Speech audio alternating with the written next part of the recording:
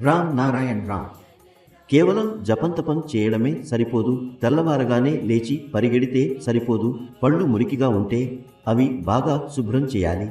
ఎందుకంటే మురికిగా ఉన్న పళ్ళ వల్ల పొట్ట సంబంధిత వ్యాధులు వస్తాయి. అందుకే పళ్లను సరిగ్గా శుభ్రం చేయాలి. ఎలా పడితే అలా నోరు కడగడం సరిపోదు. మంచి మంజనం లేదా జామకాయ ఆకులు వంటి ప్రకృతి సిద్ధమైన వాటితో పళ్లను ఈ విధంగా శుభ్రం చేయాలి. ఎక్కడా మురికి లేకుండా. ఇది కూడా ఒక ఆధ్యాత్మిక విధానమే. ఆ తర్వాత బట్టలు వదిలి కొంతసేపు కూర్చుని ఆరోగ్యంపై దృష్టి పెట్టాలి. కడుపు నిండుగా ఉంటే తినకూడదు. కడుపు బరువుగా ఉన్నప్పుడు పాలు తాగితే డికార్లు వస్తాయి.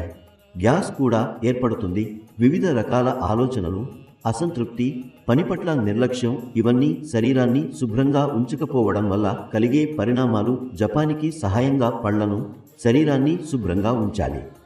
విసర్జన సమయంలో నీటి వినియోగం చాలా అవసరం. ఎప్పుడు కూర్చుంటేనా సరే ఆరోగ్యపరంగా పూర్తిగా శుభ్రంగా ఉన్నామా అనే ఆలోచనతో ఉండాలి.